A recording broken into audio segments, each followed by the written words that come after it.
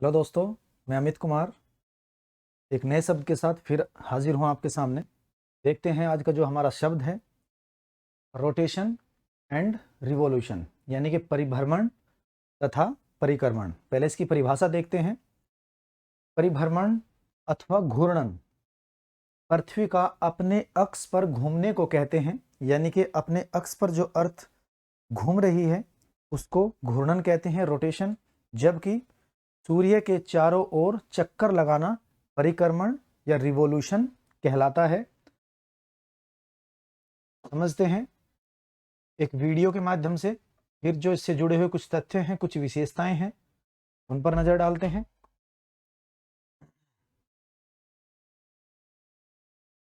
ये आप देख पा रहे हैं, ये हमारा सन है और ये अर्थ का जो कक्षा है उस पर अर्थ हमारी रिवॉल्व कर रही है सूर्य के चारों ओर। वहीं ये अपने एक्सिस पर भी रोटेट कर रही है। अब यहाँ पर आप देख पा रहे हैं, जब अर्थ हमारी यहाँ से सपोज करें यहाँ पहुँचती है तो यहीं पर रोकते हैं और समझते हैं चीज़ों को। अब ये जो है नॉर्थ हेमिस्फीयर है, उत्तरी गोलार्ध। यहाँ से जो अर्थ की दूरी है वो दूर है, और जबकि दक्षिणी गोलार्ध की दूरी कम है। तो इस स्थिति में उत्तरी गोलार्ध में सर्दियां होंगी, जबकि दक्षिणी गोलार्ध में गर्मी होगी। एक कारण इसका मैंने बताया कि जो दक्षिणी गोलार्ध है वो निकट हो जाएगा, यानी कि सूर्य के जो निकट होगा वहां पर गर्मी होगी।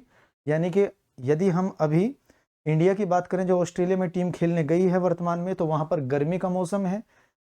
वहीं नॉर्थ यदि गोलार्ध में मैं बात करूं, उत्तरी गोलार्ध में इस दौरान ठंड होगी। दूसरी यहां पर एक बात ध्यान देने योग्य है, इस कंडीशन में जो दक्षिणी गोलार्ध है वो सूर्य के सामने होगा, जबकि उत्तरी जो ध्रुव है वो इसके विपरीत होगा। जब अर्थ घूमकर हमारी यहां पर आएगी, देखते हैं, जब अर्थ हमारी घूमकर यहां पर आएगी तो जो उत्तरी ध्रुव है वो इसके समक्ष होगा सन के, और दक्षिणी ध्रुव इसके विपरीत हो जाएगा। देखते हैं, ये देखिए, अब ये यहाँ पर लाइट है और ये लगातार यहीं पर घूमती रहेगी, तो यहाँ पर रात होगी ही नहीं, यानी कि 24 घंटे का दिन होगा। और ये दिन कितने दिन तक, जब ये अर्थ यहाँ पर पहुंचेगी पूरे 6 महीने में, 6 महीने तक जो उत्तरी ध्रुव है वो सूर्य के सामने होने के चलते लगातार चमकता रहेगा। तो ध्रुवों पर 6 महीने का दिन और 6 महीने की रात होगी। चलिए अब लौटते हैं अपनी स्लाइड की ओर और समझते हैं चीजों को।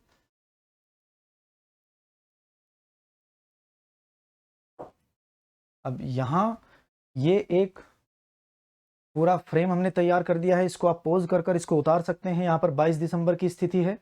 22 दिसंबर के दिन आप देख पा रहे हैं जो नॉर्थ पोल है वो अंधेरे में है, 6 महीने यहाँ पर अब रात रहेगी। और ये जो दक्षिणी पोल है वो सूर्य के सामने है, वो यहीं पर ऐसे घूमता रहेगा, तो जो लगातार चमकता रहेगा। यहाँ पर इक्विनॉक्स 21 मार्च, फिर समर सोलिस्टिक 21 जून, और यहाँ पर 23 सितंबर फिर इक्विनॉक्स। आगे समझेंगे विषुव को अच्छे से।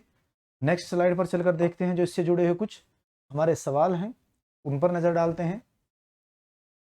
पहला जो सवाल उठता है, what is the speed of the earth, यानी कि जो अर्थ की स्पीड है रोटेशन को लेकर या रिवॉल्यूशन के आधार पर वो कितनी है।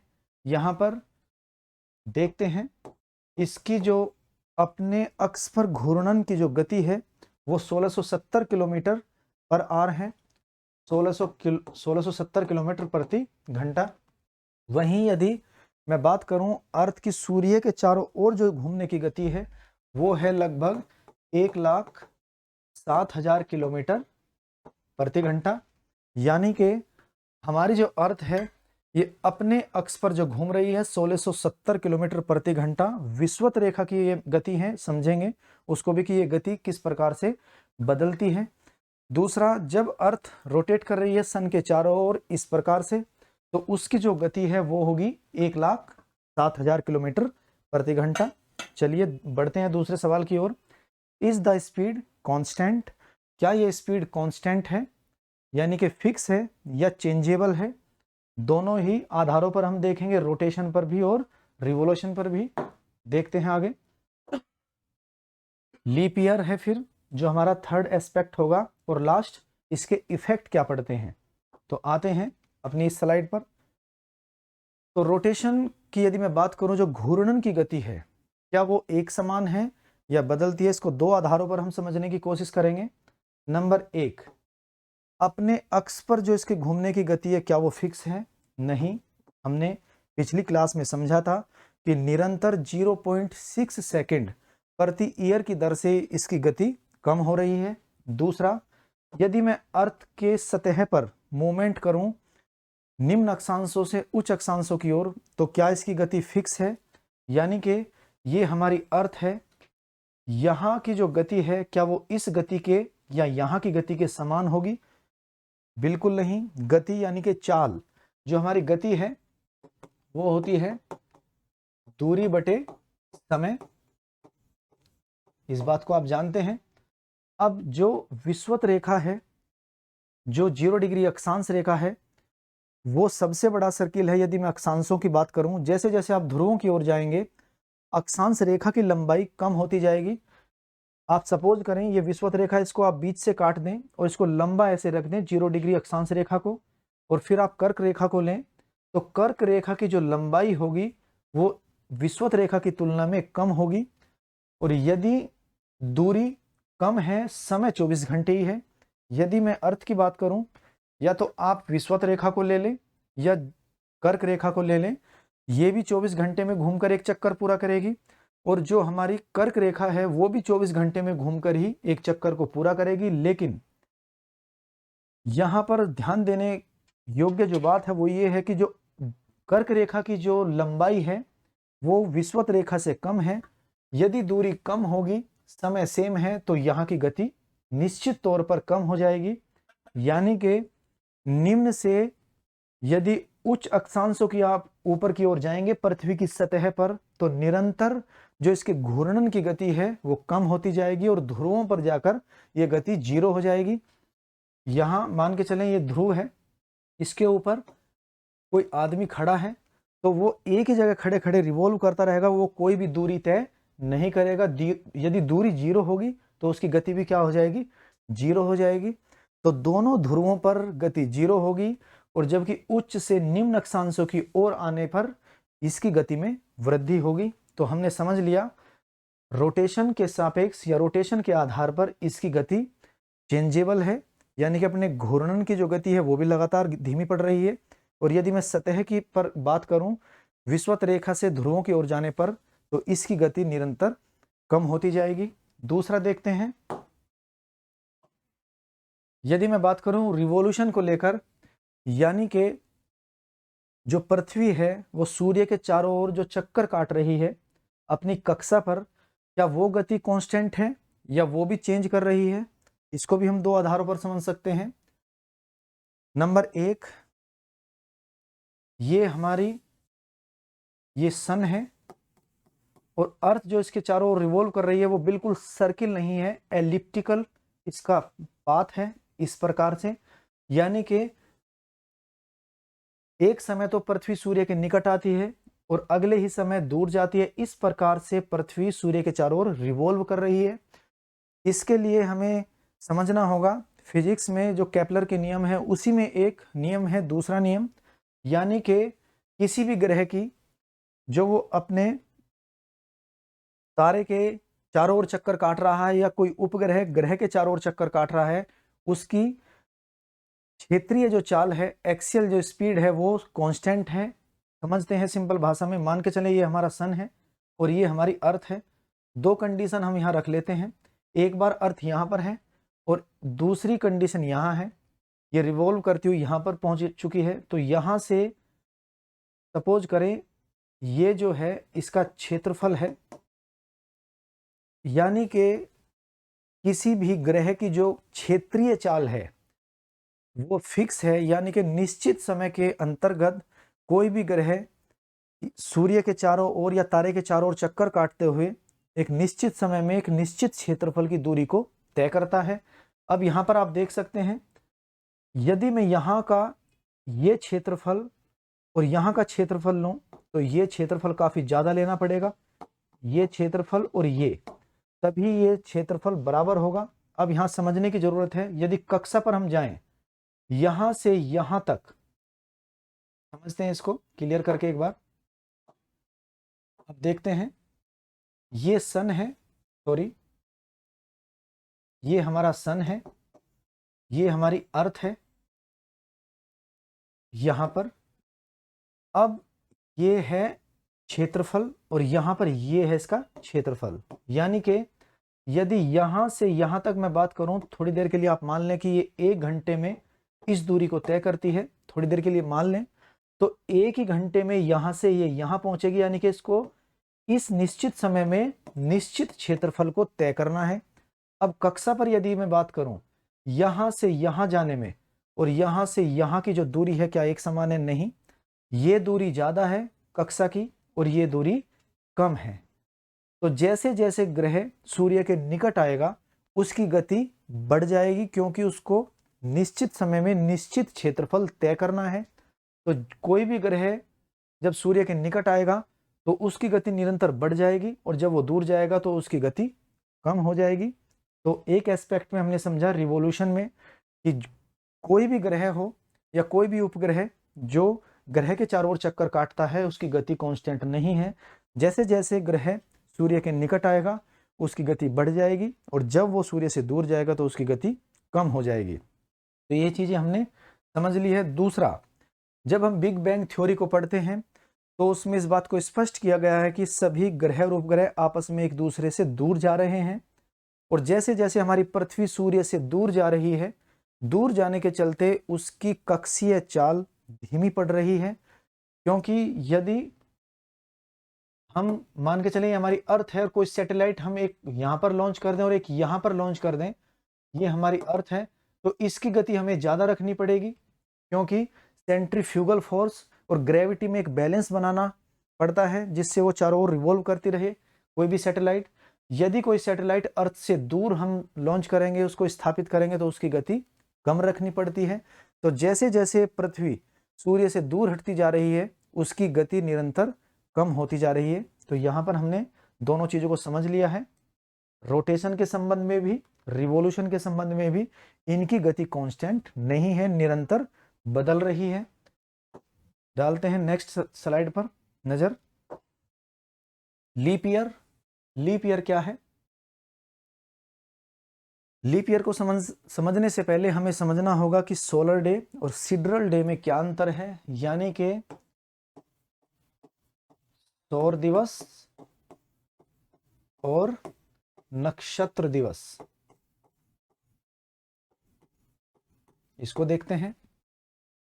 जो सौर दिवस है वो हमारा होता है फिक्स 24 घंटे का, यानी कि हमारी जो दिनचर्या है वो उसमें आसानी रहे, आसानी से हम समय को निर्धारित कर सकें, जो जन साधारण है वो भी समय को आराम से कैलकुलेट कर सकें। तो इसके लिए जो एक दिन माना गया है वो है 24 घंटे। यदि पृथ्वी की गति कम पड़ती है तो मैंने बताया था आपको पिछली क्लासों में कि घड़ियों को एडजस्ट किया जाता है कुछ कुछ समय के उपरांत।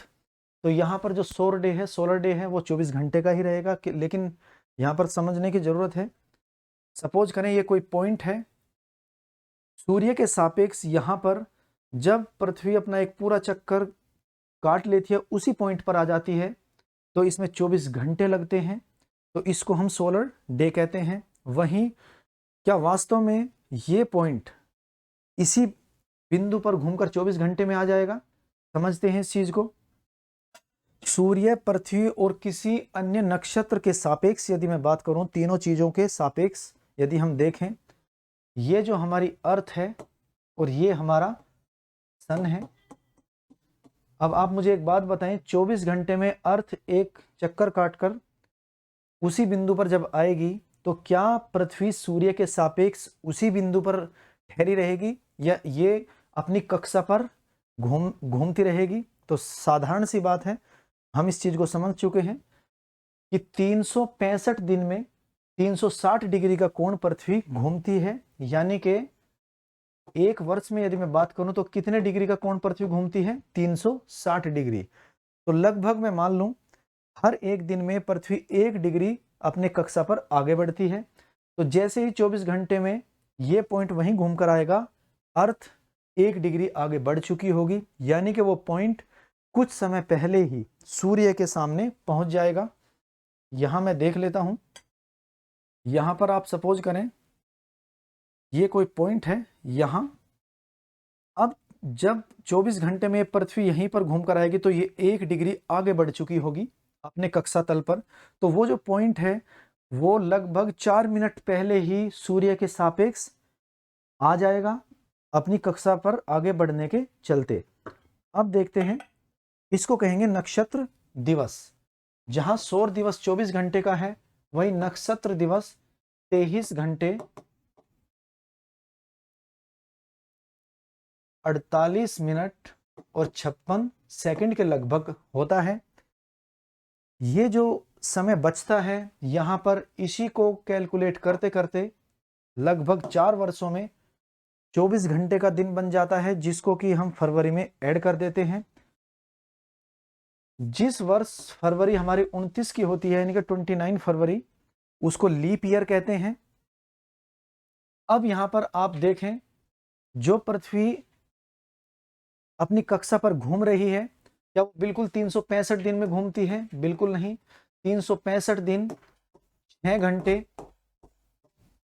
9 मिनट और 54 सेकंड।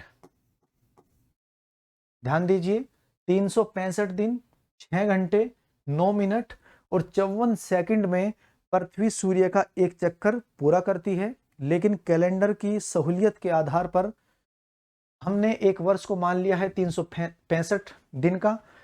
जो ये 6 घंटे हैं, इनको ऐड करते करते प्रत्येक 4 सालों पर फरवरी 29 की कर दी जाती है, जिसको कि लीप ईयर कहते हैं। वहीं लीप शताब्दी भी होती है। 6 घंटे ऐड करने के बावजूद भी 9 मिनट और 54 सेकंड शेष बचते हैं। यानी कि जो शताब्दी 400 ईयर से विभाजित होती है, उसको लीप शताब्दी बोल देते हैं। आप मुझे बताएं, यदि मैं 1600 ईस्वी की बात करूं, उसके बाद 2000 ईस्वी की, तो क्या ये 400 से विभाजित हैं, 400 से डिवाइड हैं? यस, ये भी 400 से डिवाइड है और 2000 भी 400 से डिवाइड है। जो शताब्दी 400 से डिवाइड होगी वो फरवरी हमारी 30 की होगी। यानी कि सन 2000 का जो कैलेंडर यदि हम देखें, तो नियमानुसार 2000 के कैलेंडर की फरवरी 30 की होनी चाहिए थी। लेकिन एस्ट्रोनॉमिकल एक डिस्प्यूट पैदा हो गया था, यानी कि 2000 का कैलेंडर बनाने में तो ज़्यादातर जो हमारे साइंटिस्ट हैं, जो भूगोल वेत्ता हैं या एस्ट्रोनॉमी में जो अपने काम को करते हैं, उन्होंने इस बात की ओर उनका ज़्यादा ध्यान रहा कि जो 2000 का कैलेंडर है उसको अपवाद के आधार पर इस साल 29 का ही रखते हैं, 30 तारीख की फरवरी नहीं रखते हैं। तो 2000 का कैलेंडर में अपवाद रहा इस बात को। लेकिन आप ध्यान रखिए, जो भी शताब्दी 400 से विभाजित होगी उस साल की फरवरी 30 की होगी। तो ये हमने समझा है। देखते हैं हम लास्ट जो इसके इफेक्ट हैं रोटेशन को लेके और रिवॉल्यूशन को लेके। तो यहाँ पर रोटेशन यानी कि जो घूर्णन है, उसके मुख्य तौर पर 3 इफेक्ट आप देखते हैं। दिन और रात का जो होना है, यानी कि दिन और रात जो होते हैं वो घूर्णन के कारण होते हैं। दूसरा जो शब्द है कोरियोलिस बल, कोरियोलिस फोर्स, वो जब हम आगे वायु पढ़ेंगे, वायु राशियां पढ़ेंगे, वहां पर कोरियोलिस बल को अच्छे से समझेंगे। कोरियोलिस बल की जो उत्पत्ति है वो भी पृथ्वी के घूर्णन के कारण है। और तीसरा है टाइड एब, यानी कि ज्वार भाटा, यानी कि समुद्र के जल का ऊपर उठना और नीचे गिरना। जो ज्वार भाटा की गतिविधि है वो भी किसके कारण होती है? रोटेशन के। तो रोटेशन के 3 इफेक्ट हैं, दिन और रात का होना, कोरियोलिस बल की उत्पत्ति और ज्वार भाटा। और भी कई कारण हैं, लेकिन मुख्य तौर पर और भी कई प्रभाव हैं रोटेशन के, लेकिन मुख्यतः 3 प्रभाव अभी हम देख रहे हैं। वहीं पर यदि मैं रिवॉल्यूशन की बात करूं, इसके मुख्यतः जो 3 इफेक्ट हैं, नंबर 1 सीजन चेंज, यानी कि जो ऋतु परिवर्तन होता है वो किसके कारण है? रिवॉल्यूशन, यानी कि पृथ्वी के सूर्य के चारों ओर चक्कर काटने के कारण। दूसरा जो इफेक्ट है वो है the time of day and night change, यानी कि दिन और रात की जो अवधि बदलती है वो किसके कारण? रिवॉल्यूशन। लेकिन यहाँ हमने पिछली क्लास में समझा था, जिसके 2 मुख्य कारण हैं, पृथ्वी का अपने अक्ष पर झुकाव और सूर्य के चारों ओर घूमना। दोनों के यदि मैं सम्मिलित रूप से इन चीजों को इंक्लूड कर लूं तो दोनों के ही सम्मिलित रूप से दिन और रात छोटे बड़े होते हैं। तीसरा है डिटर्मिनेशन ऑफ द जोन, यानी कि जलवायु कटिबंध जो है या अक्षांशों की जो स्थिति है वो जो निर्धारित होती है वो भी किसके द्वारा, पृथ्वी के रिवॉल्यूशन के कारण। क्लियर है? तो चलिए आज हमने समझा रिवॉल्यूशन और रोटेशन। आज की हम अपनी क्लास को यहीं रोकते हैं, कल फिर मिलते हैं एक नए शब्द के साथ। थैंक यू, धन्यवाद।